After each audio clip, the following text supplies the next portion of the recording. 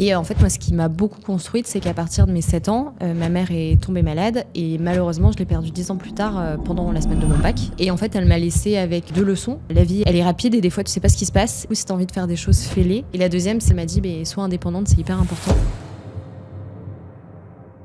Il y a pile 1 an, je me lançais un défi un peu fou, faire l'ascension du Mont Blanc. Et pour ça, il fallait que je me remette sérieusement en forme, surtout sur l'endurance. Et comme je voulais pas faire n'importe quoi, j'ai cherché une vraie méthode, un vrai coach. Et c'est là que j'ai découvert l'application Campus. Et depuis, c'est devenu mon fil rouge de vie. Et leur nouvelle offre, qui s'appelle Campus Training, c'est exactement ce que j'aurais aimé avoir dès le début. Une méthode des meilleurs coachs avec la liberté d'une app mobile. En gros, tu choisis ton objectif, que ce soit un 5 km ou un ultra trail, et l'app te crée un plan 100% personnalisé et flexible. Et celui-ci, évidemment, s'adapte à ta forme et tes imprévus. Tes séances partent direct sur ta montre, la nutrition et les renforts sont intégrés, et leur méthode permet de diviser par 3,7 le risque de blessure. Bref, en 2025, Campus m'a accompagné dans ma prépa Mont Blanc, et en 2026, c'est toujours mon acolyte pour mes prochains défis. Si tu veux tester, j'ai un code cadeau, Hugo Benz Run, tout attaché. Il te donne 1 mois gratuit pour tester, le lien est juste en dessous. Fais-toi plaisir, tu peux tester les yeux fermés et tu vas vraiment kiffer. Maintenant, place à l'épisode. Ce que je te propose, que moi, c'est le genre de podcast que j'aime bien, c'est quand je ne connais pas du tout la personne derrière. Tu vois, j'étais en train de me creuser la tête alors en venant au studio, de me dire, mais comment, par qui on a été mis en relation, mais J'en ai aucune idée. Je sais que j'avais... moi, je te suivais parce que je communique beaucoup sur LinkedIn. Dans mon marché, je crois que je suis la 2e personne la plus suivie dans optique parce que c'est un marché assez niche. Et la première, c'est le DG d'Atoll. Enfin, alors, je sais pas si les stats, ça devait être il y a 3 mois, on avait regardé. Donc bon, ça a peut-être changé depuis. Mais dans l'idée, j'étais dans les personnes les plus suivies. Et en fait, moi, ça a été un gros levier. Et je sais que du coup, je te suivais pour ça. Et à tous les coups, j'avais dû répondre à un mail, un truc comme ça. Ça devait être un truc que tu voulais faire avec un partenaire, je sais pas si on peut dire les marques ou quoi. Et du coup, je me disais, c'est hyper intéressant. Et moi, il y a pas mal de marques qui m'avaient aussi contacté pour faire un peu de l'influence LinkedIn. Et moi, mais en fait, j'y connais rien du tout. Moi, je voulais juste parler à mes clients. Et en fait, il y a un vrai métier aussi qui est derrière la plateforme, quoi. Ok, nous, c'est ce qu'on est en train d'essayer de faire. Mais c'est vrai que souvent, en fait, à la fin des podcasts, soit pendant le podcast ou en off, je demande aux personnes, est-ce que tu aurais quelqu'un à me conseiller ou quoi? Et en plus, souvent, je demande des noms plus d'entrepreneuses ou de créatrices. Parce que c'est vrai que j'ai beaucoup plus de mecs qui viennent derrière le micro. Donc j'essaie quand même un peu de rétablir ça, mais du coup, comme maintenant j'ai un line-up qui se prépare mais presque 6 mois à l'avance. Tu sais, j'ai une liste longue comme ça. Du coup, j'arrive pas à me rappeler qui m'a dit il faut absolument que tu fasses venir Ophélie. On retrouvera la personne.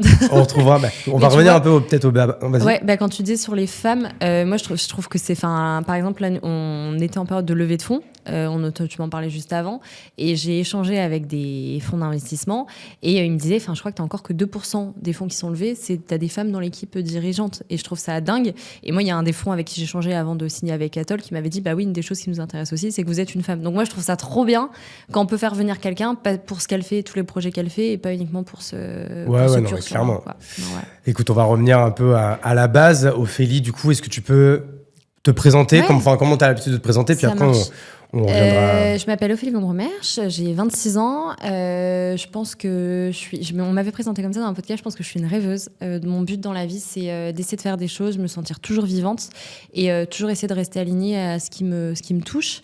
Et du coup, actuellement, ça se traduit par développer une jolie société qui s'appelle ZAC, où on développe l'optique reconditionnée en France, parce qu'en fait, on rachète tous des lunettes sans se poser la question d'où elles sont faites, dans quelles conditions, par qui, à combien de kilomètres. Alors que dans les vêtements, alors qu'on met pas le même vêtement tous les jours, on se pose de plus en plus la question. Et en fait, ma volonté, c'était de se dire, mais je suis sûre que je peux avoir un impact dans ce marché et développer l'optique reconditionnée. Donc voilà, et après, j'ai une casquette 360, je pense, comme tout dirigeant. Je vais faire de la logistique, du marketing, de la com, du commerce. Ce que j'aime, c'est me creuser les méninges et toujours essayer d'être un peu disruptif dans mon marché, quoi. Vous êtes un peu donc le back market des lunettes, quoi. Ouais, on est souvent comparé à ça dans l'idée. Et moi, c'est clairement la vision que je veux, c'est quand les gens ils pensent ZAC, ils pensent back market des lunettes. Et back market, ils nous ont ouvert la voie pour plein de choses parce que je trouve qu'ils ont vachement démocratisé le reconditionné, et pour ça franchement c'est trop cool parce que maintenant t'as de plus en plus de gens qui sont prêts et nous c'est encore plus compliqué parce que t'es dans le domaine de la santé quand même, on se rend pas compte mais c'est quand même c'est un dispositif médical, l'optique, mais on sent quand même que grâce à eux il y a des barrières qui se sont levées, quoi. Écoute, je crois que ça va être le sponsor en plus de cet épisode, donc écoute, on les embrasse en tout cas, Back Market. Alors moi c'est Back Market Pro du coup, qui c'est leur équipe donc que j'embrasse. Toi, d'où tu viens de base? Alors, tu m'as dit que tu venais de Lille. Ouais, exactement. Tu m'as dit que tu arrivais de Gare du Nord. Je viens de la campagne. Mais... Je suppose que tu arrives de par là. Ouais. C'est quoi un peu ton enfance? Est-ce que tu as des entrepreneurs autour de toi? Est-ce que tu fais partie de ces gens qui, dès l'école primaire ou le collège, savaient qu'ils voulaient devenir patron ou patronne, créer des choses? Un truc qui était... moi, ce qui m'a beaucoup construite aussi, en fait, donc je viens de la campagne, je viens d'une classe moyenne, j'avais aucun entrepreneur autour de moi, mais je sais que j'ai eu la chance d'avoir mes proches qui m'ont toujours dit, mis dans une dynamique de travail, et ce qui fait, en me disant, j'ai toujours vu mon père beaucoup travailler, s'épanouir là-dedans, et du coup, ce qui fait que dans ma tête, fallait faire, spoiler, ça ne m'a servi à rien du tout, bac plus 5, etc. Et en fait, moi, ce qui m'a beaucoup construite, c'est qu'à partir de mes 7 ans, ma mère est tombée malade et malheureusement, je l'ai perdue 10 ans plus tard pendant la semaine de mon bac. Donc ça a été ultra compliqué. Bon, c'était il y a plus de 8 ans maintenant. Et en fait, elle m'a laissée avec 2 leçons. Elle est tombée malade quand elle avait 38 ans. Donc elle était super jeune et c'était de se dire la vie elle est rapide et des fois tu sais pas ce qui se passe et du coup si tu as envie de faire des choses, fais-les. Et la deuxième c'était pendant 10 ans elle a été vachement dépendante de mon papa et du coup elle m'a dit sois indépendante, c'est hyper important. Et donc ça c'est les 2 leçons qu'elle m'a laissées. Et le troisième cadeau, enfin pour moi qui est surtout le cadeau, c'est en fait elle faisait des petits bouquins pour aider aux enfants ce qui était le cancer, parce qu'elle a fait des cancers à répétition, et des œuvres elle les signait Zach. Et du coup en fait j'ai voulu appeler ma boîte Zach parce que ça a repartagé toutes les valeurs que j'avais envie de mettre dedans. Et je pense que du coup, ça m'a donné une rage de vivre quand tu perds ta mère à 17 ans. Et donc, en première année à la Cato, on devait faire un business plan sur la bière, comme je suis de Lille, comme tu l'as dit. Et du coup, j'ai été voir mon prof à la fin et je lui ai dit, moi, la bière, je tiens pas bien l'alcool, ça va être compliqué de partir sur un projet là-dessus. J'ai plutôt envie de parler d'un produit qui me parle et que j'utilise depuis des années, c'est les lunettes, et de voir ce que je peux en faire là-dessus. Et sinon, j'ai grandi du coup dans une enfance qui était pas mal dans les hôpitaux, mine de rien, parce qu'on faisait beaucoup d'allers-retours. Et c'est bizarre parce que quand t'es enfant, t'as l'impression que tout le monde vit des choses comme ça compliquées. Et c'est que maintenant que quelques années plus tard, tu te dis mais non, en fait, c'était pas l'enfance de tout le monde. Enfin, c'est très bizarre, mais quand t'es enfant, tu te rends pas trop compte. Donc, non, une enfance, je pense, compliquée, mais je pense que t'as toujours tes parents qui essaient quand même de te préserver pour garder un peu ton innocence d'enfant, quoi. Ouais, c'est bizarre que tu dis ça, parce que tu vois, moi, pareil, j'ai perdu mon père quand j'étais petit aussi, et moi, au contraire, justement, je trouvais que c'était pas normal, en fait. Moi, je m'en rendais pas compte. Et moi, ça me mettait en colère, ça, tu vois. Et je pense que c'est plus sur cette colère que je me suis construit, tu vois, plutôt. Moi, je serais pas, ça remonte à il y a longtemps. Moi, je sais que c'est très drôle, mais mon cerveau, il a fait un peu des resets, des moments compliqués. Ouais. Genre, il y a des moments où t'as un peu du mal, je pense, enfin, c'est vraiment très perso, mais c'est des moments où t'as un peu du mal à te soutenir. Mais par contre, vu que comme t'es jeune et je pense que t'encaisses un truc énorme de difficultés, après, je me souviens très bien la première fois que j'ai signé un prêt à la banque et tout, moi je me disais mais de toute façon moi à côté de la douleur que j'ai vécue plus jeune, c'est du gâteau. Et du coup je trouve que ça te donne, c'est des moments très durs. Tu peux pas être reconnaissant de choses aussi dures, mais t'es reconnaissant de la force que ça t'a donné. Et pour ça, je sais que ça m'a fait passer des étapes de dingue dans toute ma vie, et même émotionnellement, tu deviens plus empathique. Quand t'es face à une personne qui... Enfin, moi, je sais que ma mère, elle avait des fois du mal à communiquer, etc., tellement la douleur, elle était forte. En fait, t'es obligé de développer une empathie qui est aussi plus poussée et qui te servira toute la vie. Donc, j'avais pas trop de colère. Je pense parce que j'ai aussi le réflexe assez tôt de me dire c'est pas normal de vivre ça et j'ai envie de voir une psy. J'avais envie à 17 ans de faire ça. Et du coup, je pense que ça t'aide vachement à mettre sur le papier ce qui s'est passé et prendre du recul, quoi. Ouais, moi, les psys, du coup, je les ai plutôt vus dans l'adolescence, mais c'est vrai que ça m'a beaucoup pédé aussi. C'est vrai que des fois, en fait, le mot, c'est pas, ça se démocratise, mais ça se revulgarise ça un petit peu. Aujourd'hui, c'est plus trop une honte de dire qu'on est suivi par quelqu'un. Il y a même des gens qui disent qu'il vaut même voir quelqu'un même quand tu vas bien. Ouais, enfin, tu vois, il y a des gens, c'est un peu leur rendez-vous, quoi, comme ils vont au tennis ou au sport, carrément. en fait. Et je trouve ça bien parce que je trouve qu'on n'a pas de guide de comment fonctionne notre cerveau et du coup, ce que tu vas en faire, etc. Comprendre tes émotions, prendre du recul. Et je trouve que c'est un avis perso, mais je trouve que tu as quand même une différence entre quelqu'un qui a été voir un psy qui comprend tes émotions et du coup va comprendre celui des autres.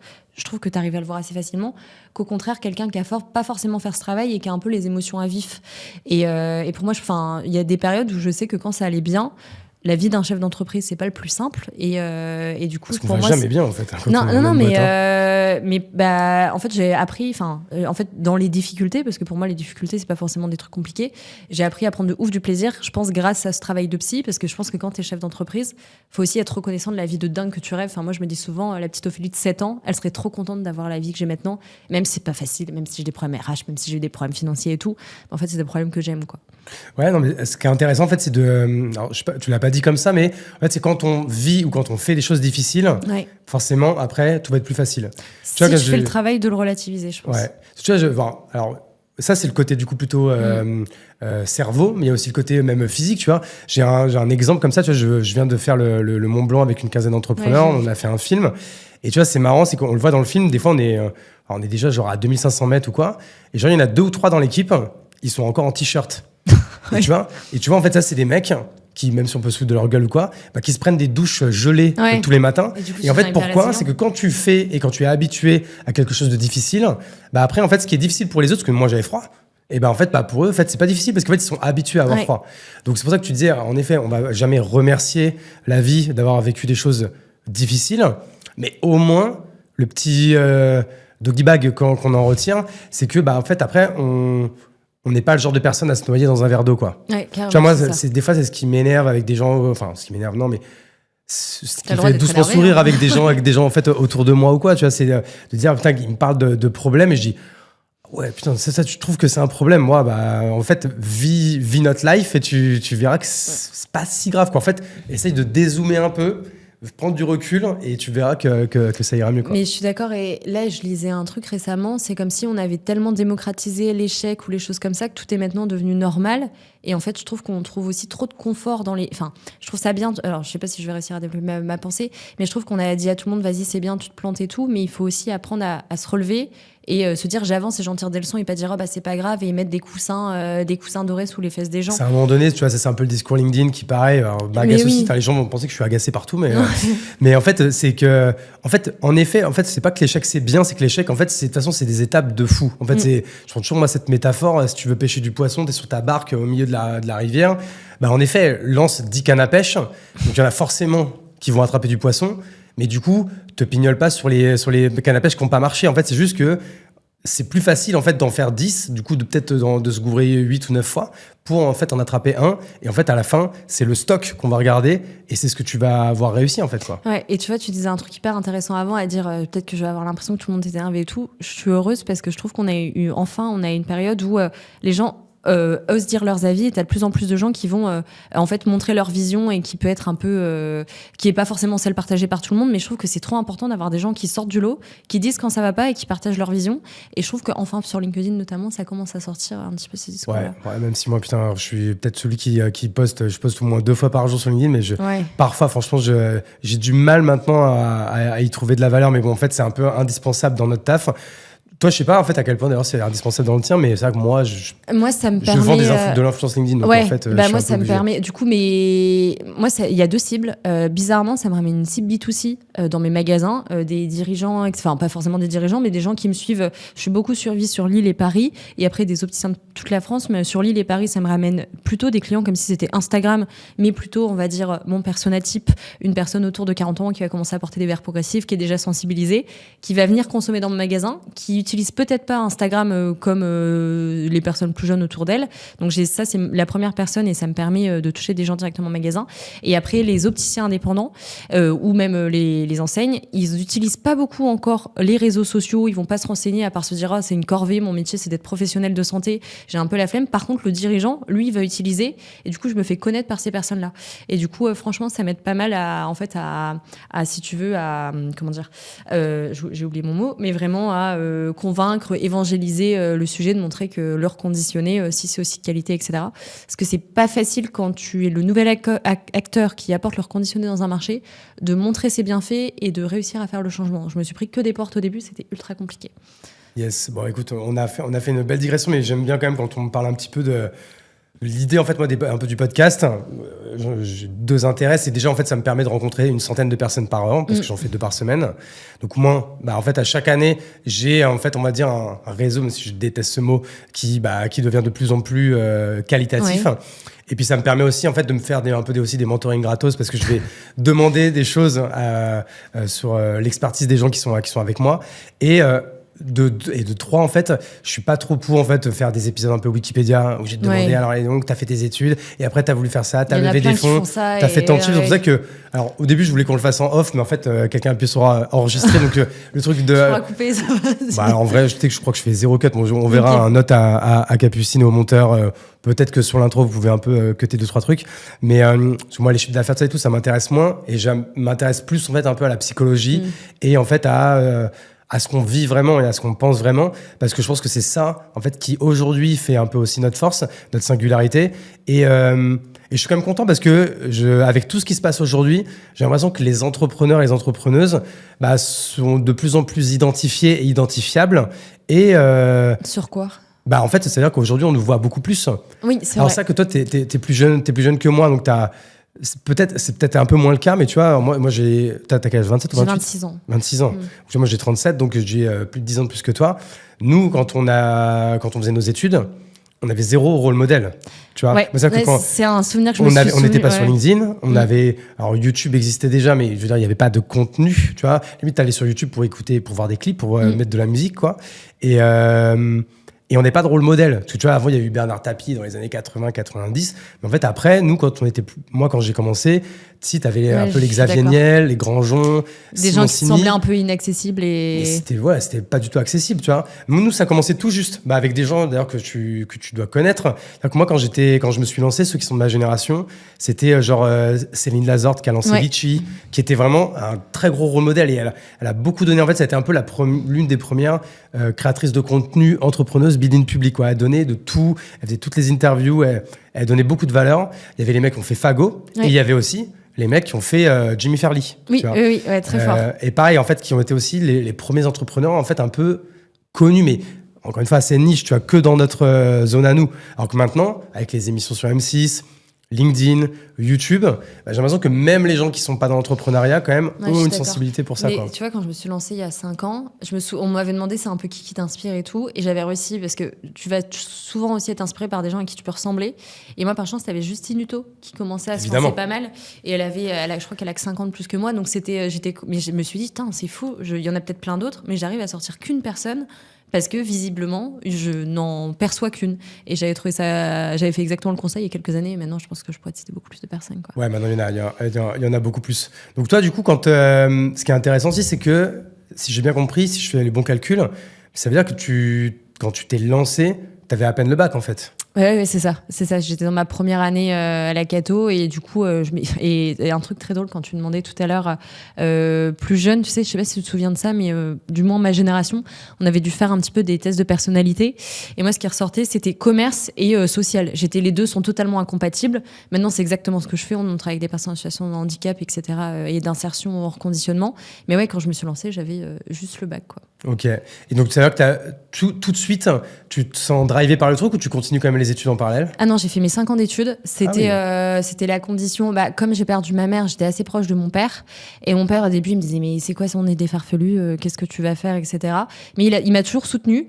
Et je pense que plus petit à petit, il arrivait à faire son deuil, plus en fait, il me soutenait, il me disait, t'es jeune, si tu dois te planter, vas-y. Alors qu'au début, il était fermé comme une porte de prison. C'était non. En plus, t'as réussi à avoir. J'étais à la Cato de Lille et après j'ai fait l'IESEG. T'es dans des bonnes écoles, tu y vas, tu vas avoir un beau diplôme et tout. Et on a assez eu de complications. On reste dans un chemin plutôt calme. Nous, on remet pas des difficultés. Voilà. Et plus ça avançait, plus lui, il évoluait, plus il m'a dit, écoute, je vois que tu persévères, vas-y, je te fais confiance. Et c'est lui, quand j'avais pas le permis, je sais pas, à mes 18 ans, qui venait installer avec sa voiture et des boîtes de collecte chez mes clients, quoi. Donc c'était assez drôle.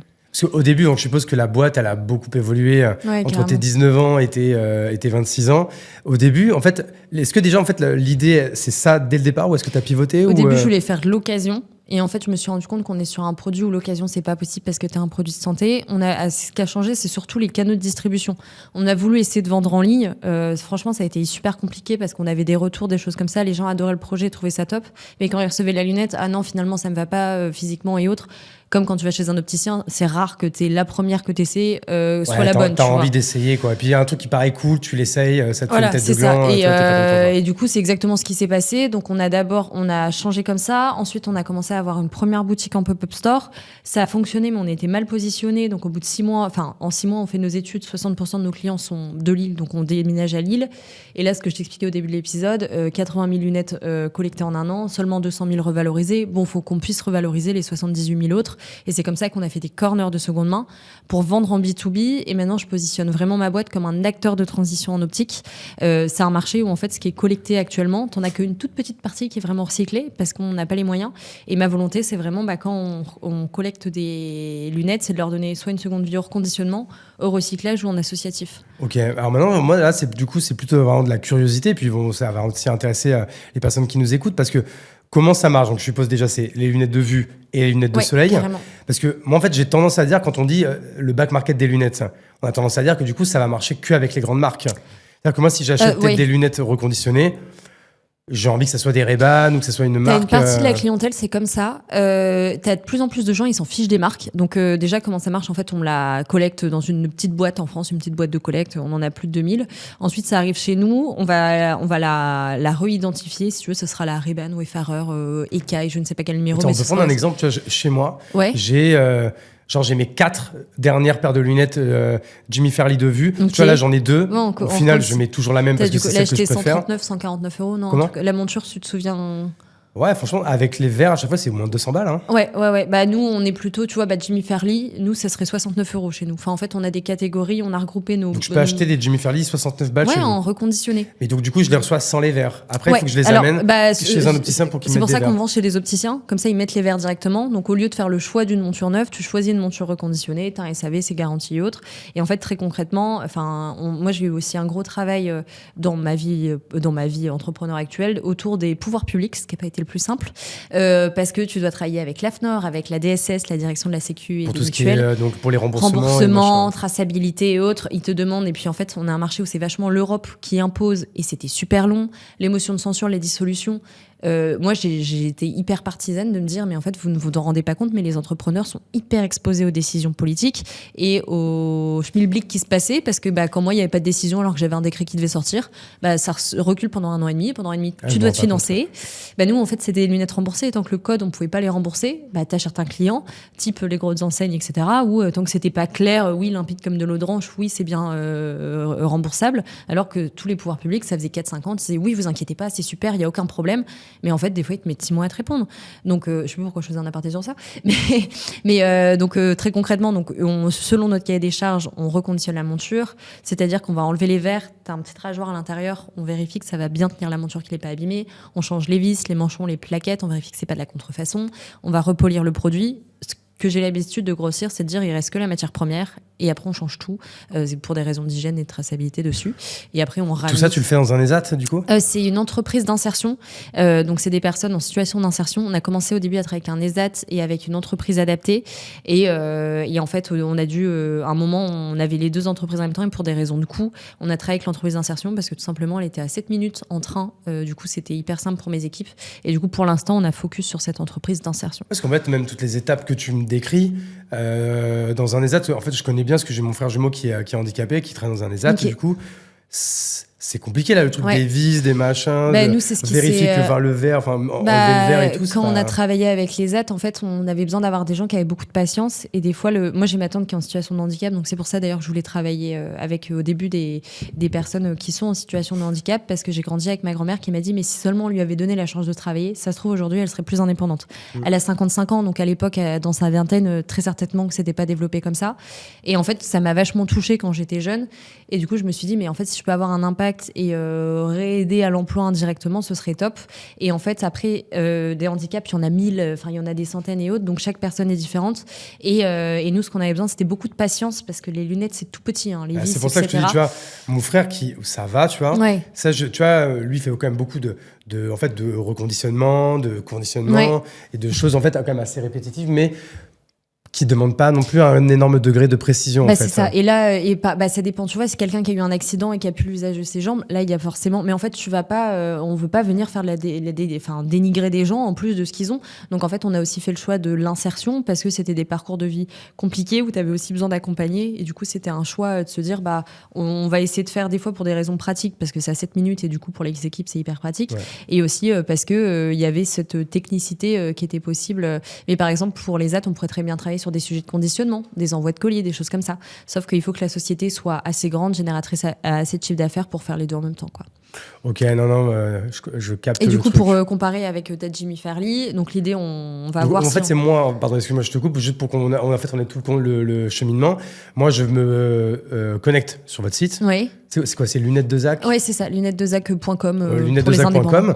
Je suppose, donc là, il y a tout un workflow que je suis où je vais indiquer la marque de ma lunette, peut-être quand est-ce que je l'ai acheté. Ouais. Vous allez m'envoyer un paquet. Pour tes anciennes lunettes, tu parles? Ça, moi, ces lunettes-là, je vais vous les redonner. Ah, bah là, tu as juste à aller sur le site, à télécharger un bon prépayé et après, tu auras un bon de réduction si tu veux en acheter des nouvelles. Mais ça veut dire qu'en fait, c'est moi qui dois faire le paquet comme en général, si les gens ils vont paquet. plutôt. Nous, on est vraiment une solution plutôt B2B. Donc, tu vas plutôt aller déposer tes anciennes lunettes. Si par exemple, ta vue elle a changé, tu t'en fiches, tes lunettes il y a 4 ans, tu les déposes. Tu as un bon de réduction en échange. Et après, si tu veux des nouvelles lunettes et essayer du reconditionner, là, on devrait avoir plus de 1000 opticiens qui devraient nous distribuer, je pense, d'ici mars-avril. Et du coup, à ce moment-là, tu dis, tiens, c'est mon opticien, il me distribue reconditionné. Des fois, tu as des modèles en neuf et des modèles en reconditionné dans le magasin. Et tu dis, en fait, je fais confiance au reconditionné. Ça a les mêmes garanties que le neuf, c'est remboursé, ça se voit pas. Et un truc aussi qui est très challengeant, comme c'est un professionnel de santé, il veut qu'on ait des produits quasiment comme neufs. Donc nous, vraiment, on a de la qualité quasi comme neuf parce que l'opticien est hyper exigeant parce qu'ils ont trop peur du SAV. Il y en a déjà plein en neuf, alors en reconditionné, ils en veulent pas du tout. Ils ont pas envie que les gens viennent au magasin, vénèrent et tout, quoi. Ouais. Non, mais après, ça, t'en as déjà avec le neuf. Mais du coup, ce qui fait qu'on a un taux de SAV plus bas que des produits neufs. On est à moins d'1%. Donc, pour notre marché, c'est absolument dingue, quoi. Donc, en fait, par exemple, pour reprendre l'exemple, moi, j'habite à Bordeaux. Donc, je suppose que des magasins où je peux venir déposer mes lunettes, il y en a plein. Ouais, on travaille avec la Poste aussi. Et c'est quoi, en fait? C'est moi, je prends une enveloppe chez moi, je mets les lunettes dedans. C'est lui qui s'en occupe. Donc, tu as juste toi à déposer dans la boîte de collecte. Et après, tu rentres sur le site comme quoi tu as bien fait ton dépôt. Et là, en fait, il y a une map sur votre site où il y a tous les points où je peux les mettre. Ouais, ils connaissent les lunettes de Zach, ils savent qu'on peut. Ils ont des paquets bullés, etc. C'est ça. Enfin, ils ont des petites boîtes et après, eux, ils vont sur leur site pro et ils font envoyer mes lunettes collectées. Et après, nous, ça arrive comme ça. Et à quel moment je reçois pas d'argent, je reçois un bon de réduction. Ouais, un bon de réduction. Et je le reçois une fois que vous les avez quand même vus, je suppose. Vous les avez contrôlés. En fait, ça dépend les lieux partenaires où ils font des bons de réduction. Donc non, tu l'auras dès ton dépôt. Dès que tu déposes selon, ça c'est vraiment à la politique des enseignes ou magasins avec qui on fonctionne. Donc ils peuvent te le donner dedans. Et après, par contre, si tu fais un envoi direct en tant que consommateur depuis notre site, là, ce sera directement à l'envoi. Nous, le but, c'est de démocratiser l'économie circulaire. Comme je te dis, si elle n'est pas reconditionnée, si elle n'est pas reconditionnée, elle sera recyclée. Donc nous, c'est pas comme quand on envoie nos téléphones à Back Market, en fait, où on doit attendre qu'ils les aient contrôlés. Enfin, après, ce que tu comprends, quoi. Ouais. Mais ça veut dire que nous, ça a de la valeur, soit en recyclage, soit en reconditionnement. Donc, et par exemple, moi, une Jimmy Fairly classique, combien je vais avoir de code de réduction? En général, on fait. Ça dépend de l'état, non, pas encore. On fait vu que si c'est un bon de réduction, si c'est par exemple, tu as 10% de ton achat, donc ça va dépendre si tu achètes une monture à 99, 100, des choses comme ça. Donc ça va être vraiment un pourcentage. En général, on fait 10% de réduction pour ton prochain achat. Donc on fait comme ça, c'est pas 10 € qu'on va mettre sur ta carte bleue. L'idée, c'est de se dire, comme ça, pour ton prochain achat, au lieu d'aller vers une solution qui est hyper polluante, parce qu'on se rend pas compte, mais mis à part des montures au-dessus de 200, 300 € actuellement, elles sont faites à l'autre bout de la planète. Tu sais pas trop comment et tu sais pas trop par qui. Voilà, même si on a des fois quelques idées. Et du coup, l'idée, c'est de se dire, là, pour mon prochain acte d'achat, vas-y, passe en reconditionné, quoi. Ok, donc par exemple, moi qui ai, je sais pas, peut-être 3-4 paires à filer, je peux très facilement du coup me retrouver avec 50-60 € de bons de réduction. Si tu fais un panier, là si tu faisais alors vu ton âge, je pense pas que tu as encore besoin de verre progressif, donc ce serait étonnant. Mais oui, si on a des gens, ils ont des dossiers à 500 €, tu pourrais très bien te retrouver avec 50 € de réduction, ouais. Mais du coup après, donc le code de réduction, je l'ai chez vous en fait, quoi. Ouais, ou chez un opticien partenaire. Là, comme je disais, on va travailler avec les atolls. On est en train de travailler, je sais pas encore exactement ce qu'ils vont mettre comme offre, mais l'idée, oui, c'est qu'il y ait aussi peut-être, on est en train de voir des récompenses lors du don, quoi. Et par exemple, si moi j'adore la marque Jimmy Fairly et que je veux en fait me racheter des Jimmy Fairly avec mon code de réduction, ouais, c'est possible en ligne. Je peux trouver des Jimmy Fairly en fait dans l'un de vos corners ou sur votre site. Ouais, c'est ça, exactement. C'est ça. Alors, je sais, nos corners, je sais pas si. En fait, l'opticien choisit quelle marque il veut distribuer dans son magasin. Mais il pourrait en avoir, peut-être. Mais il peut en avoir, ouais. Donc, mais on a aussi des opticiens qui viennent nous voir parce que justement, ils retrouvent plus certaines marques en neuf et du coup, ils viennent chez nous pour le côté un peu pépite où on n'arrive pas à avoir la distribution parce que mon voisin peut l'avoir en neuf et du coup, l'avoir reconditionné, ça peut aussi répondre à une demande. Ok, ouais. Mais en fait, donc tout ça à la rigueur, je comprends bien en fait le business model, l'impact, là où tout le monde y gagne, là où vous y gagnez, le consommateur y gagne, les boutiques y gagnent, parce que du coup, ça nous oblige aussi à y aller, en fait, à se déplacer là-bas. Par contre, en termes de workflow et de logistique, et de flux d'informations et de flux financiers, Alors, c'est pour ça qu'on délire, travaille quoi. en B2B. En fait, chaque lunette, nous, on lui met un code au moment où elle arrive en usine. Et du coup, ça va mettre, c'est une Ray-Ban, femme, homme, optique solaire. Donc, SQ, c'est un code barre. Tout le monde sait pas ce que c'est. Mais tu peux me parler en logistique, j'étais dans le textile pendant 10 ans, je connais toutes ces merdes. Voilà, c'est ça. Et après, elle est rangée et tout. Et du coup, moi, je suis capable de te dire, oui, c'est telle lunette qui est partie chez telle personne, etc., à telle date. Et après, elle est tracée d'étape en étape, quoi. C'est ça. Mais en fait, une fois que tu as mis le monstre logistique en place, bah nous, c'est-à-dire c'est des petits PDA du coup, enfin c'est de la pipette et on fait nos packs, etc. Et en fait ça va très bien, tu vois. Et on s'est vachement appuyé sur le digital pour en fait répondre aux problématiques d'économie circulaire. Et on travaille avec une solution qui s'appelle Lizzy et qui a travaillé avec d'autres acteurs, Leroy Merlin, Mage, etc. Pour faire. J'allais te demander, est-ce qu'en fait là toute cette machine, ça a dû te coûter une oseille de fou, ça. Ouais, mais c'était le but aussi. C'était le but de le faire avec des gens qui ont déjà l'habitude, des gens de confiance et puis enfin franchement ouais ça se passe bien, mais je suis trop contente. Enfin là je m'éclate. Je pensais jamais faire de la logistique dans ma vie en ayant fait école de commerce. Tu dis que tu vas pas faire ça et en fait franchement je pense que voir tous les petits rouages, penser à toutes les petites étapes et tout. Enfin franchement c'est trop bien. Ouais, ça permet en fait d'avoir vraiment une vue 360. En fait, c'est comme si tu ouvrais une montre et que tu regardais comment ça se passe. Franchement, à l'intérieur. Ouais, c'est trop intéressant de vraiment tout comprendre et tout et de se dire. Mais ouais, une fois que tu l'as mis en place, tu vois, t'es trop content. Mais ce qui est fou, c'est que du coup, on a Atoll qui, enfin pour toute l'histoire, en fait, on a levé des fonds. Une levée de fonds, ça dure entre 9 et 12 mois, si tu veux. Et Atoll, ça devait être mes clients. Et 3 semaines avant la fin de la levée de fonds, je les rencontre pour les contrats de l'année prochaine et tout. Et en fait, je leur dis, je suis en levée de fonds. Ils me disent, nous, ça nous intéresse. Et en fait, finalement, on a fait le deal. Mon avocat m'a dit c'est le deal le plus rapide de sa vie professionnelle. On l'a fait en 3 semaines. Du coup, on a signé et tout. Et donc c'est Atoll qui a l'idée la levée de fonds. Ouais, finalement, c'est eux qui sont venus en levée de fonds, dans la boîte, en capital. Et du coup, c'est pour mais on peut rester, on peut travailler avec d'autres. L'idée, c'est vraiment qu'ils nous accompagnent parce qu'eux aussi, ils étaient forts logistiquement. De toute façon, ils ont intérêt de toute façon à faire ça. Ouais, mais tu vois, ce qui s'est passé, c'est qu'ils sont arrivés en mai. Mai, t'as tous les ponts, donc on a signé fin mai. Juin, juillet, août, c'était un peu mort. Donc septembre, ça commence à se mettre en place. Octobre, ils ont recruté une chargée RSE et tout. Et du coup, là, on a réussi à faire cette prouesse logistique de tout changer dans les usines en 3 mois. Et franchement, c'est trop, enfin vraiment tu te dis que tu travailles énormément, mais quand tu arrives à voir tout ce que tu fais, tu vois tes usines changer et tout, ce qui fait qu'on a aussi du SAV, tu vois, vu qu'on a un code unique, on sait avoir du SAV comme du neuf, quoi. Donc ouais, mais nice. Moi j'adore, je pense que ça se voit que je suis passionnée de la logistique, vraiment je trouve ça, j'ai hâte que tout fonctionne bien, mais c'est ce qui va permettre d'avoir des recommandes et des ventes de reconditionnés dans tout le marché. C'est ça que je t'ai pas demandé, tu t'es lancée toute seule ou t'avais un associé? Non, alors je me suis lancée toute seule, après j'ai vraiment donné 10% de ma boîte à un opticien qui était devenu mon ami, et en fait j'ai racheté ses parts il y a 1 an, il y a plus que ça maintenant, il y a 1 an et demi, 2 ans, et parce que la vie entrepreneuriale lui convenait plus, et juste il voulait quelque chose de beaucoup plus simple, et c'était très dur pour moi parce que comme je m'étais lancée avec lui, j'avais 19 ans, il en avait 23. Tu vois, c'était un peu comme. Vieux, du coup. Ouais, non, mais c'était comme mon grand frère. Je pense que c'est des années où tu te construis. Bon, ça sont peut-être un peu loin, mais pour moi, ça me semblait des années hyper constructives, en fait. Mais même mon début de vingtaine. Et je m'étais dit que je ferais vraiment toute ma vie professionnelle et tout avec lui. Et franchement, c'était super dur de prendre la décision de se dire, écoute, ça va plus, quoi. Et moi, j'ai envie que le projet continue. Je me rends compte que toi, t'es plus dedans, il faut qu'on mette les pieds dans le plat parce que ça va plus. C'est dur en même temps d'être complètement end zone quand on a que 10% aussi. Ouais. Mais lui, il voulait pas. Comme j'avais lancé toute seule, c'était. En fait, il a jamais marqué plus la volonté de venir plus. Voilà, ou pas du moins à l'équilibre. Et lui, ce qu'il voulait surtout, c'était un équilibre de vie pro-perso que t'as pas toujours au début avec l'entrepreneuriat, ce qui est compliqué. Mais ça a été un épisode où tu te dis, c'est dur de sortir quelqu'un de ta vie avec qui tu t'es construit, et encore plus quand t'as la dimension argent, du coup, qui rentre dans l'équation. Et comment tu... Alors là, du coup, c'est tout neuf, même si t'as un peu 6 mois de recul dans le processus, j'entends. Ouais. Mais là, comment ça se passe, l'association, avec une grosse boîte à papa que doit être Atoll? C'est vrai que ça fait... Alors là, je commence à rentrer dans des comités d'administration, des choses comme ça, donc tu dis, c'était pas... avant, je signais mes documents toute seule, tu vois, actionnaire majoritaire et tout, actionnaire unique. Et donc, en fait, ça se passe plutôt bien. Et pourquoi je suis allée avec eux, c'est parce que le DG m'avait dit, écoute, si tu dis noir et que c'est noir, et que les équipes, elles disent blanc, si tu veux que ce soit noir, ce sera noir. Et du coup, je reste très bien. Ça, t'as réussi à le marquer dans le pacte d'associés et tout? Ouais, non, mais ça, c'était des choses vraiment importantes où vraiment, pour moi, c'était je lis, je prends les décisions. Et en fait, du coup, pour l'instant, je me sens encore... tu peux pas être très indépendant quand tu as des financiers, des choses autour de toi, parce que ça structure. Mais en fait, je trouve que dans la vie d'un entrepreneur, c'est une super belle opportunité de pouvoir travailler avec un grand groupe qui a des dizaines d'années et de pouvoir développer avec eux.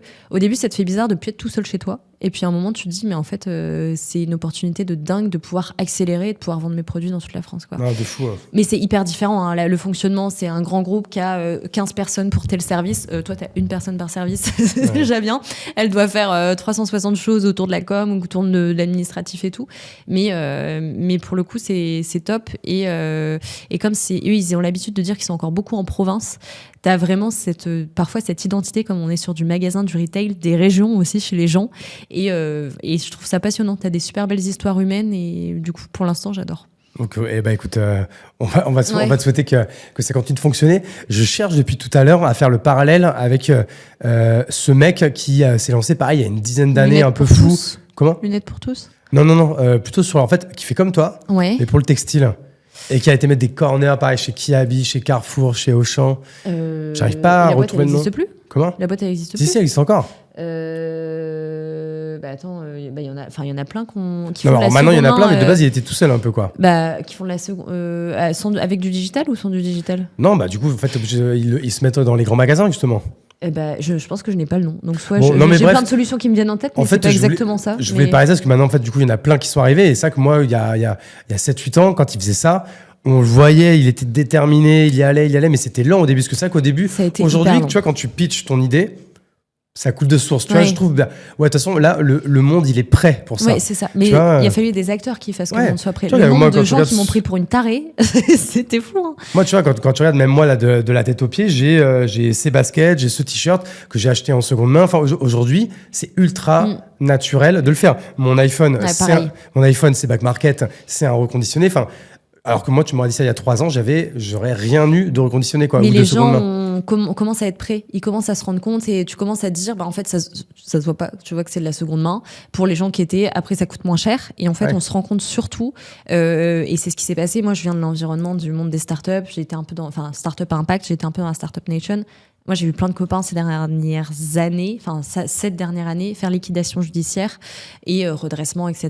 Parce qu'en fait, malheureusement, les gens, surtout dans la société à laquelle on est, ils n'ont pas de pouvoir d'achat, pas beaucoup, pour payer plus cher quand c'est à impact. Mais en fait, ce qu'on voit, les solutions qui marchent à impact, c'est celles où tu as des économies. Et Vinted, tu l'as dit, back market, les gens, ils vont parce que c'est moins cher. Exactement. Et c'est ce qu'on a voulu faire, du coup, dans notre modèle, c'est de montrer, nous, les lunettes, elles sont 60% moins chères. C'est une super belle réduction, tu vois. Mais il faut que le service et l'UX, l'expérience client derrière, soit nickel, en fait. Parce que par contre, on n'a pas envie de perdre ça, parce qu'on a eu l'habitude d'avoir une super bonne expérience client et on ne veut pas la perdre. C'est ça. Quoi. Le consommateur est pas, je sais pas si on peut dire qu'il est pas bienveillant, mais ils attendent le même niveau de. C'est un fils de pute, je peux dire. Non, mais ils veulent pas comprendre que des fois tu peux avoir un micro défaut. Enfin, alors pas tous bien sûr, mais t'as des gens ils ont les mêmes attentes, alors qu'en soi juste des fois ton produit il peut plus être hyper nickel. Et je pense que, mais tu vois ça, je pense que c'est la next step. Je pense que de plus en plus tu vas dire, ok, je suis prêt à lâcher un peu plus parce que de toute façon on est tellement devenu dans une ère de surconsommation que ce produit-là entre ce produit-là, écoute, de toute façon il aura forcément un petit coup et j'y penserai plus, quoi. Et du coup, aujourd'hui, toi, tu as peut-être un avantage, c'est que ça fait un moment que tu es sur le dossier. Donc, en fait, toi, c'est ça ton avantage compétitif, plus, je suppose, la machine logistique et les partenariats que tu as noués. Mais je suppose que... Alors, moi, je connais rien, mais je suppose que tu as plein de concurrents qui ont dû sortir de terre, là. Ouais, nous, on en a eu pas mal. Et t'as Cyclic qui s'est fait racheter par Chris. Très drôle, le jour où on a signé avec Atoll, dans la presse, je vois ça, je fais, mais c'est quoi ce timing de dingue? Et donc, elle s'est fait racheter. Elle est en interne maintenant. Elle, c'était le Vinted de la lunette. Au lieu de vendre sur Vinted, tu vendais dessus. Et du coup, belle boîte. Et maintenant, c'est plutôt du PAP, quoi. Je sais pas ce que c'est le PAP. Particulier. Oui, c'est ça. Je sais pas pourquoi j'ai pas dit B2C là, comme tout le monde. Oh là, le vieux mec.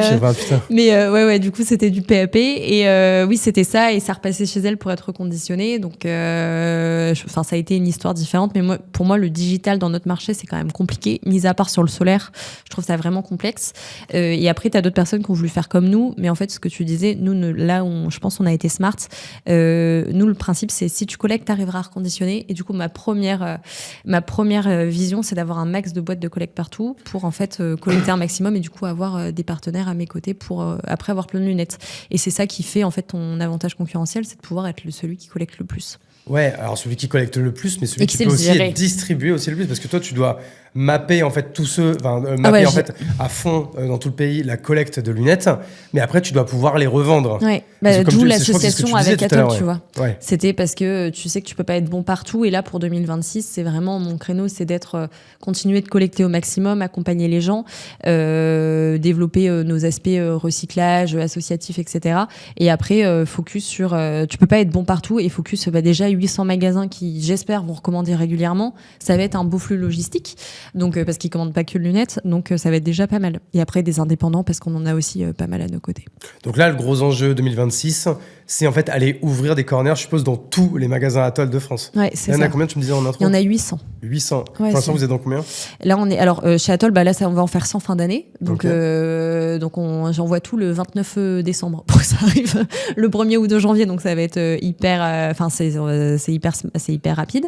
Et qu'est-ce que j'allais dire d'autre ? Et après, donc, petit à petit, on va faire des vagues de recrutement pour leur dire voici les produits, faites la sélection. Après, ils peuvent commander au compte-gouttes, mais on essaie vraiment d'engager les directeurs. Ce que j'allais dire, en fait, l'une des difficultés en fait que vous allez avoir aussi, enfin, quand je dis difficulté, c'est quelque chose un peu complexe à gérer, c'est il va falloir animer en fait ce parterre de magasins. Tu vois, il va falloir aller les former en fait. Il y a des animateurs réseau, et ça c'est trop bien, et ça c'est la chance des grandes enseignes. Et c'est Atoll qui paye ça ?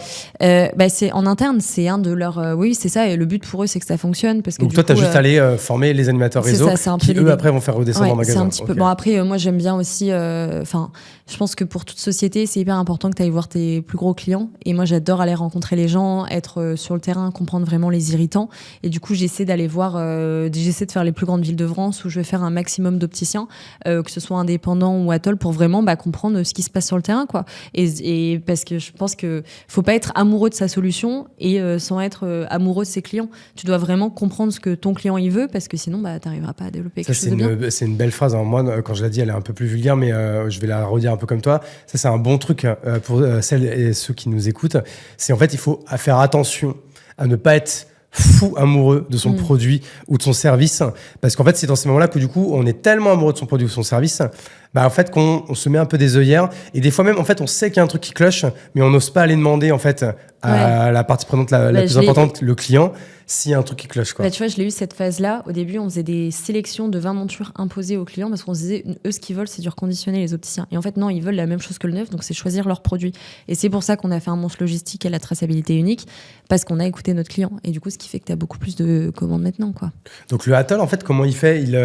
Quand il fait ses achats, en fait, il parle avec un sales, enfin avec un commercial de chez Ray-Ban, de chez tel truc, chez machin. Et pareil, en fait, il a aussi, je suppose, une espèce de marketplace en ligne, B2B, en fait, dans lequel il va faire ses achats. C'est un marché très vu. Hein. Nous, on a des petites marmottes, ça s'appelle. C'est des bagages où tu as des petites planches à l'intérieur où tu mets tes produits. Et ils viennent faire la sélection. Et comme si tu faisais le catalogue La Redoute avant, tu choisis tes produits. Là, tu choisis tes lunettes et tu dis, je vais prendre celle-là, celle-là, celle-là. Et mais comment il fait ça ? Il fait ça digitalement quand même. Non, le commercial, il note à la limite sur sa tablette. Enfin, tu as encore beaucoup de marques qui fonctionnent comme ça. Tu en as d'autres où tu peux faire en digital, mais tu as quand même encore beaucoup de marques plutôt françaises où ils disent, je vais prendre la Marie 3, la Estelle 32, et du coup, il va noter dedans et après, il reçoit sa petite facture avec ses produits. Mais vous, c'est quoi ? C'est un commercial de chez vous, du coup, qui passe dans tous les magasins ? Du coup, non, on fait pas ça. Nous, on le fait en ligne parce que on a plus de 60 000 lunettes. Il va pas se promener avec ses petites 60 000 lunettes. Ouais, de ouf. Voilà, ce serait un énorme camion. Et il peut pas tout montrer. Et du coup, non, c'est vraiment un catalogue en ligne où l'opticien va dire, moi, j'aime bien vendre Ray-Ban, Dior, Chanel, Prada, je sais pas. Je vais regarder ce qu'il y a en reconditionné dans le catalogue et je le mets dans mon panier. Et là, tu parlais du flagship que vous avez en fait en propre à Lille. Donc là, par contre, c'est votre magasin. Il n'y a que du reconditionné Zach. Ça, le but, c'est d'aller le faire dans d'autres villes ou pas ? Là, on était sur un dossier sur Paris, mais alors ce qui est très drôle, moi je suis engagée pour un truc à Lille. On est la ville de France, enfin la province la plus chère de France après Paris. Je crois qu'on n'a plus le droit de dire province, on dit région. Alors c'est ce qu'ils disent dans les, ils disent la ville de province. C'est ce qui est écrit dans les études encore de la CCI. Normalement, il y a que les Parisiens qui nous appellent provinciaux, mais on est des gens de région. Donc c'est la ville de région la plus chère de France. Ah ouais. Et moi je me suis pris une augmentation de loyer de 14% en 3 ans. ans. Enfin, c'est juste fou. Et en fait, ça m'a fait un peu peur parce que du coup, tu paies des loyers super chers, tu as des charges super chères, tu as du management aussi qui est quand même différent. Et manager des gens à l'autre bout de la France, c'est compliqué. Et du coup, j'aimerais bien, je pense, ouvrir 2-3 magasins. Peut-être un à Paris parce que je pense que tu as la clientèle pour, c'est pas loin. Mais je pense en 2027. Et après, on a des clients on a des super clients dans le sud. Nice, ça marche super bien. Et du coup, je pense que c'est possible qu'on aille, pour le côté marque, là, qu'on aille dans le sud après ouvrir. Ok, donc Bordeaux, nous, on peut aller. Peut-être. On peut attendre, Bordeaux aussi, parce que vous êtes considéré comme une ville assez écologique pour le coup. Dans beaucoup de choses. Ouais, non, mais même, je crois que vous avez un espace. Je sais pas si c'est dans une. Je sais plus. C'est Darwin. Ouais, c'est là-bas où t'as pas mal de. Et du coup, on s'est posé la question. Mais c'est juste que c'est des fonds vides très chers parce que t'as des droits au bail. Donc, t'as des droits au bail, t'as des assurances à prendre auprès de propriétaires. Les coûts de travaux, c'est super cher. Donc, en termes de rentabilité et en termes d'impact, moi, je préfère vendre à des opticiens qui, eux, vont partager le reconditionné dans tous leurs magasins. Donc, peut-être, mais une erreur d'entrepreneur que j'ai fait, ça sert à rien de faire des business plans à 5 ans. Moi, maintenant, je fais vraiment sur 1 an, où je vais aller dans 1 an et vite fait 1 an et demi, où je sais que, je dessine quand même ma vision pour l'année suivante, mais je fais mon BP vraiment financier sur 1 an avec mes objectifs, où je manage mes équipes à la semaine et au mois, et après, je fais ma vision sur 2 ans, quoi, parce que la vie, elle est tellement, tu peux pas prévoir, t'as beau avoir une vision, oui. Impossible. C'est bien un peu d'avoir dans sa tête, mais après, en fait, la vision exécutante, on va dire, moi, c'est pareil, j'ai du mal à voir à plus d'1 an. Alors là, tu vois, je commence pour la première fois de ma vie. Tu vois, là, par exemple, je sais des trucs que je vais faire début 2027. Tu vois, genre premier trimestre 2027, mais c'est exceptionnel pour moi. Tu vois, loin. Ça va hyper loin. Mais c'est parce que c'est des voyages ou des choses comme ça ou vraiment taf. En fait, tu vois, alors, je suis pas là pour raconter ma life, mais je vais faire une petite parenthèse, quoi. Je suis chez moi en même temps. Tu vois, c'est que là, je viens de faire le truc du Mont Blanc avec le film. Et en fait, moi, ça a quand même du sens dans mon business parce que j'y amène des influenceurs avec des annonceurs. C'est du coup de la création de contenu, donc je reste cohérent. Et là, du coup, j'ai fait ma liste de tout ce que je veux faire. Mais en fait, donc, du coup, c'est impossible de faire rentrer tout ça du coup l'année prochaine. Alors même si dans ma malchance, parce que du coup j'ai divorcé cette année, donc je vais avoir ma fille qu'une semaine sur 2, donc ça me laisse du coup quand même plus de temps pour faire plus de choses. Mais malgré tout, j'ai quand même déjà des choses que je suis en train de placer en 2027. Donc du coup avec des films qui vont sortir 6 mois après, donc qui vont sortir genre en juin 2027, quoi. Tu vois. Et question plutôt perso, tu veux faire les 7 sommets ou non. C'était vraiment le Mont Blanc ? Là, c'était vraiment le Mont Blanc parce qu'en fait, moi, j'ai pas envie de faire que des trips d'alpinistes déjà. Et non, après les 7 sommets, genre tous les plus de 6000, enfin, c'est dangereux et c'est pas le même temps. L'Everest, tu prends 2 mois sabbatiques. Hein. Ouais, là, vous l'avez fait quoi, 1 semaine, 10 jours peut-être ? En fait, c'est que tu prévois et tu pars 1 semaine, quoi. Tu vois, et encore, l'ascension, c'est que 2 jours. Hein. C'est qu'avant, on a fait de l'entraînement, quoi. Ok. Ah oui, vous avez fait l'ascension, pas le tour du Mont Blanc. Non, on a fait l'ascension. C'est fort. N'importe qui peut le faire tant que t'as un peu de mental. T'es un peu entraîné, ok. Il faut quand même être un minimum entraîné parce que en fait, c'est hyper dur physiquement. Ok. Mais ça dure pas si longtemps que ça. Tu vois, c'est pas une ascension qui dure 20 heures, quoi. Oui. C'est une ascension, tout compris, elle dure 10 heures. Donc ça se fait et tu... Ok. Donc en vrai, ça va. Mais du coup, je voudrais faire beaucoup plus de choses comme ça parce que j'ai vu qu'il y avait un business model. Moi, c'est toujours été mon rêve de faire des films, de fédérer, de réunir. Là, j'ai fait ma première au Grand Rex. Enfin, j'ai toujours rêvé de réaliser des films. C'était génial, quoi. Et donc, mon but, c'est de faire ça de plus en plus. Mais tu vois, j'ai déjà des trucs de prévus pour 2027, quoi. Première fois de ma life, quoi. Moi, j'arriverai pas. Enfin, pas pour l'instant, mais on verra peut-être que l'avenir... T'inquiète que quand j'avais 26, 27 ans... tu te projetais franchement, pas. Mais même si je me projetais à 3 mois, c'était un max, quoi. Tu vois. Ok. Bah non, quand t'es entrepreneur, t'es un peu obligé, quoi. Tu dois faire tes objectifs au trimestre, à l'année, donc c'est forcément plus complexe. Ouais, mais en fait, à chaque fois, tu le fais parce que tu fais tes OKR, tu fais ton business plan. Mais en vrai, 6 mois après, tu dis ce que j'avais prévu 6 mois avant. Tout a changé, il y a eu telle opportunité, ça on a testé, ça marche pas, on arrête. Enfin, tu vois, en vrai, c'est un peu le chaos quand même, quoi. Carrément. Donc toi, là, du coup, le gros enjeu quand même, ça reste... Et je pense que c'est ce qui va te prendre le plus de temps, c'est parfaire cet outil logistique. Et en fait, t'es dans le déploiement, quoi, en fait. C'est ça. Je pense que j'ai été des années avant à plutôt convaincre mon marché, évangéliser, montrer que ça marche le reconditionné, montrer que quand on collecte, on sait reconditionner suffisamment, installer des boîtes de collecte. Et maintenant, c'est ça, je sors la machine logistique et ça y est, on y va et on peut inonder le marché de produits reconditionnés. Et en termes de com, parce qu'en fait, tu as utilisé un mot intéressant, tu as utilisé le mot évangéliser.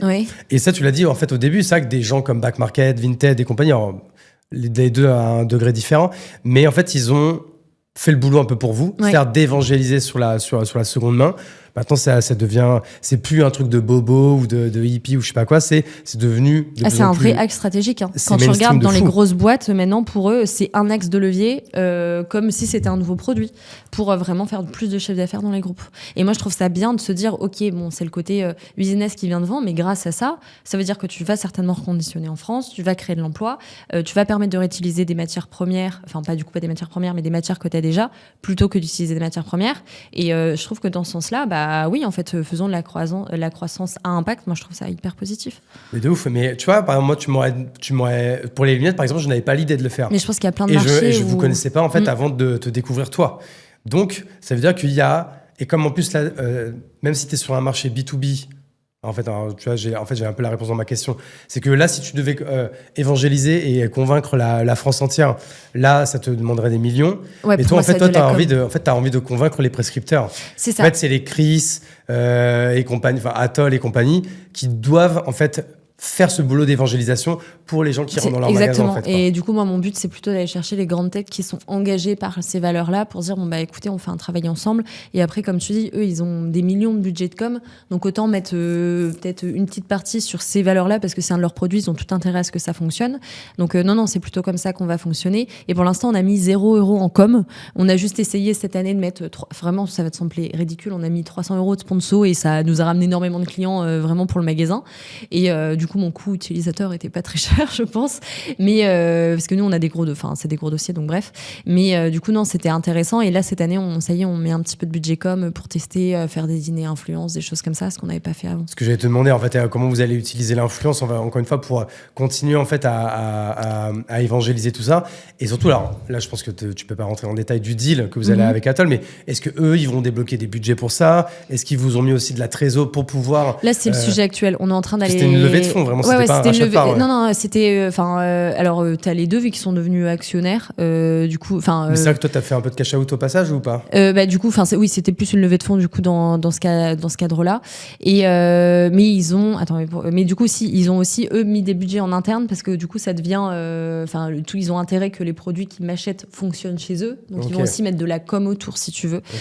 Donc ça, c'est assez. Et là, on est en train de définir les budgets pour cette année et on le fait. On va faire en premier temps, vu qu'on n'a pas encore les 800 magasins, plutôt de la com locale sur les 100 qui sont partenaires. Et après, plus on en aura, peut-être que quand on aura passé la barre des 500 magasins, là, on va faire de la com nationale. Et après, nous, ce qui nous avait beaucoup aidé, c'est on a eu beaucoup de com. Je sais pas si tu peux dire que c'est de la organique quand c'est on a eu beaucoup de médias, on a fait beaucoup TF1, France 2, des choses comme ça. Organique, ouais. Et de l'ARP, mais oui. Et gratuitement, où vraiment, c'était l'année 2023, toutes les semaines, j'avais un tournage. Mais tu sais et que ça t'aide de dingue. Toi, en fait, avec ton profil, t'es une fille, oui. T'es jeune, t'es une entrepreneuse, à impact, avec un produit mainstream qui concerne tout le monde. Oui. Tu sais, un budget que tu devrais mettre, c'est vraiment un budget avec une agence de RP. Ok, parce que tu vois, moi j'ai l'un de mes meilleurs potes qui a monté une boîte qui s'appelle Split. Oui. En fait, je sais pas si tu connais. Split, c'est tu viens soit en fait partager tes comptes Netflix, Canal et compagnie. Ah, genre, trop bien. Je paye Canal 40 balles par mois. Oui, du coup, en fait, mais t'as le droit à un deuxième écran. Donc en fait, il n'aimerait pas que j'utilise ça. Je partage. Du coup, quelqu'un me paye 20 €. Moi, ces 20 €, ils arrivent sur mon Split. Soit je les mets sur mon compte, soit je vais les redépenser. Par exemple, tu vois, j'ai YouTube Premium, je paye pas les 12 €. C'est un autre mec qui a YouTube Premium qui me le partage et donc je paye que 3,50 €. Tu vois. Ah, c'est dingue. Ah ouais, c'est une super idée. Lui, il a une agence de RP et comme du coup, il a un projet qui ressemble au tien parce que ça parle de quelque chose qui est mainstream, ça parle de pouvoir d'achat, c'est B2C. Et ben en fait, son agence de RP, elle fait que mon pote, il se passe pas 2 semaines sans qu'il passe ce genre sur M6, TF1 ou France 2 ou un truc comme ça. Quoi. Eh ben, je prends le conseil. L'agence qu'ils utilisent, parce que moi, c'est eux qui ont fait les RP pour Objectif Mont Blanc, ils sont top. Je crois que ça s'appelle Edifice. Ok, je regarderai. Fais-moi penser, juste après, je te donne le numéro. Avec plaisir. Mais tu vois, ça a un petit coût. Je sais pas combien ça coûte par mois. Je vais dire, mais si je vais peut-être dire 1 000 € ou 2 000 €. Ouais, mais c'est vrai, ça te revient 12 000 ou 24 000 balles par an. Dès qu'il passe sur M6, c'est derrière, un pic de fou, quoi. Bah, nous, c'est ça, les moments où, tu vois, les moments où on vendait des lunettes B2C, c'était après comme à la télé, finalement. Ouais. Et ce qui a le plus marché, c'est France 5. Ça nous a ramené, vraiment, c'était hyper drôle. Mais parce que je sais pas pourquoi, mais la génération de nos parents, ils sont hyper sensibles au sujet d'économie circulaire. Bah ouais. Et vraiment, du coup, ça m'a ramené énormément de clients. Mais économie circulaire? ou en fait, plutôt pouvoir d'achat, en fait, peut-être, hein, qui est quand même... Parce que tu vois, c'est intéressant, c'est que tu demandes à tes clients pourquoi ils t'achètent à toi, plutôt pour l'économie circulaire ou plutôt pour le pouvoir d'achat. Moi, il y a un côté de moi qui pense que c'est plutôt le pouvoir d'achat. Hein. Ouais, mais en plus, je suis dans le Vieux-Lille, donc nous, c'est le côté un peu, je sais pas si je peux dire bobo, mais c'est quand même le quartier où il y a des moyens. Donc les gens ne sont pas forcément les personnes qui finissent pas leur fin de mois, tu vois. Donc on en a aussi. Et du coup, là c'est là que tu sens que tu as vraiment de l'impact parce que tu as des gens... je pense j'ai plusieurs idées en tête, mais t'as des gens pour qui c'était compliqué de se faire plaisir en dehors d'une petite sélection de 50 montures dans le 100% santé et avec le reconditionné 9 € de plus, et là ils sont contents de pouvoir choisir ce qu'ils veulent, quoi. Donc on a vraiment des deux là on met un nouvel outil de vente au magasin où je pourrais avoir beaucoup plus de data, ce qui est hyper essentiel, et du coup je pourrais répondre à ta question de fou, dans les prochains mois. Non, mais tu vois, moi, je prends mon cas, tu vois, pareil, je devrais pas dire ça, mais moi je suis pas du tout le plus écolo de la bande. Mais par contre, je suis vachement friand de tout ça. C'est qu'en fait, j'aime pas me faire entuber, quoi. Donc, j'aime pas payer plein pot les choses, en fait, quand ça mérite pas ce prix. Donc, je suis trop content qu'il existe maintenant toutes ces solutions qui nous permettent, en fait, de pas nous faire enfler, quoi. En fait, quoi, tu vois. Ouais, mais c'est ce que je te disais au début, hein, si ça marche, toutes les solutions d'économie circulaire, c'est parce que c'est moins cher. Et je pense qu'il y avait, en gros, si j'avais vu un camembert, t'avais 30%, si on coupe en trois, t'avais 30%, ils y allaient pour la marque, parce qu'ils achètent la marque moins chère, donc t'as quand même le côté moins cher. 30 autres %, c'est vraiment parce que, 33 autres, c'est vraiment parce que c'est moins cher tout court, peu importe la marque. Et t'avais seulement le dernier tiers qui, eux, étaient pour le côté écologique. Et encore, et puis là-dedans, il y en a peut-être qui mentent. Ouais, peut-être, c'est vrai. non, mais je sais pas du tout. Comme on va arriver du coup vers la fin du coup de l'épisode, souvent une question que je pose aux invités, c'est est-ce qu'il y a une question ou un sujet que tu aurais aimé aborder et que j'ai oublié moi-même d'aborder? Non, je pense que, moi, un sujet que je dis beaucoup, en fait, t'as plein de gens quand ils passent pas au sujet, on va dire à la consommation de produits d'économie circulaire, c'est souvent parce qu'ils ont juste pas fait un pas de côté, qu'ils ont des a priori. Et en fait, pour moi, c'est que des blocages mentaux, parce que quand tu regardes souvent des produits de seconde main, tu vois pas que c'est de la seconde main. C'est moins cher, tu sais où c'est fait, et en fait ça a que des aspects positifs, et c'est juste ce côté de cette surconsommation d'avoir du neuf qui en fait vient nous créer des faux besoins, et en plus qui nous coûte plus cher. Donc je pense que c'est juste quand on doit faire un achat, essayer d'être raisonné et faire un pas de côté. Donc et ouais, entreprendre en France en ce moment, moi je le vois, c'est quand même un petit peu compliqué et tout. L'entrepreneur, c'est bien qu'il soit de plus en plus visible, parce que je trouve qu'on se donne beaucoup, et c'est cool de maintenant avoir un peu de lumière autour de ça et que c'est un peu plus revalorisé, quoi. Ouais, même si souvent ils comprennent pas trop. Et c'est pour ça que des fois ils se demandent pourquoi on a envie de se réunir entre nous. Ouais. En fait, c'est pas que un côté entre soi, etc. Si t'as besoin de soutien, c'est pas compris. C'est que tu vois, moi j'ai créé un club d'entrepreneurs à Bordeaux, ça s'appelle le Poney Club. Trop bien. On a commencé à 4 ans, on était 5 à une soirée. Maintenant on est genre 400, tu vois. Ah ouais, c'est fou. Et, mais genre dans les soirées du Poney Club, moi je parle quasiment pas de taf. Déjà, moi je déteste. Tu vois, quand quelqu'un arrive et me dit « Tu fais quoi dans la vie ?» Je toujours... J'aime pas en fait, de parler de mon taf avec quelqu'un que je connais pas, ou bref, c'est pas mon délire. En fait, à la rigueur, je préfère te parler à la rigueur des problèmes que je rencontre, parce que je pense que tu vas peut-être pouvoir m'aider, parce que c'est quelque chose que tu maîtrises. Mais tu vois, nous, en fait, on parle plutôt peut-être de problèmes un peu plus profonds, hein, tu vois, des fois de la solitude qu'on ressent, du sentiment d'incompréhension qu'on a peut-être avec nos proches. Enfin, tu vois, c'est beaucoup plus fort que ça. Et en fait, aujourd'hui, il y a tellement... c'est tellement dur de faire le pas, d'aller voir un psy ou de demander de l'aide ou quoi. Je trouve que c'est pour ça aussi que c'est bien qu'on ait aussi ces contenus où on est entre nous, qui sont écoutés forcément par beaucoup d'entrepreneurs et de créateurs, pour pouvoir du coup parler de tout ça et se sentir moins seul. Ouais, et tu vois, en plus en étant une fille et étant à Lille, moi il y a beaucoup moins de réseaux, etc. dessus. Et par contre, j'avais été accompagnée par Réseau Entreprendre et ils m'avaient mis une coach, ils appellent ça un mentor coach, c'est quelqu'un qui a vécu l'aventure d'entrepreneur avant. Et elle avait lancé sa boîte à 23 ans, elle l'a revendue à 37. Et en fait, le fait d'avoir quelqu'un qui a partagé tes irritants, qui te comprend, et franchement, c'est trop important. Et sur ça, je te rejoins tout à fait, parce que je lui parle jamais que de la boîte, tu vois, je lui parle de mes problématiques et tout. Et je pense que je te rejoins tout à fait sur ça. C'est hyper important de retrouver des pairs un petit peu avec qui échanger. Et c'est ça. Et franchement, de pas hésiter en fait à prendre des mentors, à prendre des coachs. C'est vrai que des fois, ça peut coûter un peu. Des fois, il y a des gens qui le font gratuitement. Ouais. Mais en tout cas, franchement, venez aux événements. Alors, allez pas à tous les after-work, tous les trucs, mais allez-y de temps en temps. C'est bien de rencontrer des gens, de rencontrer de nouvelles personnes. Et puis, franchement, je trouve que c'est quand même assez indispensable aujourd'hui, quoi. Ouais, nous, on avait mis en place un board de bienveillance. C'était des gens bénévoles qui nous aidaient, là, notamment grâce à LinkedIn. Vu que j'étais assez jeune, il m'avait dit oui, bonjour. C'était notamment l'ancien directeur de Direct Optique. Donc, je crois qu'il était arrivé, il y avait 2 magasins, il était reparti, il y avait plusieurs centaines. Et maintenant, il développe, alors je ne saurais pas le dire, IWA, I-E-Y-E-W-A. C'est l'équivalent de Jimmy Fairley en Arabie Saoudite. Et il développe un nombre de magasins par an. Enfin, c'est fou. Et des fois, ils font un magasin peut faire plusieurs millions la première année. Ils en ouvrent des centaines. Enfin, il fait vraiment une réussite de dingue. Et il m'avait dit ouais, écoute, t'as l'âge de mes enfants, si t'as besoin d'un coup de pouce, tu m'appelles, y a pas de souci. Je lui dis bah écoute, c'est bien que tu m'envoies un message, on se connaît pas, mais je lance un board de bienveillance, est-ce que ça te dirait? Et grâce à LinkedIn, on s'est rencontrés et ça fait plus de 2-3 ans et qu'il me donne des conseils, quoi. Et voilà, et donc aussi créer du contenu, ça vous fera. En tous les cas, il peut rien vous arriver de mal, quoi. Enfin, au pire, il peut vous arriver des opportunités, c'est tout. C'est ça, exactement.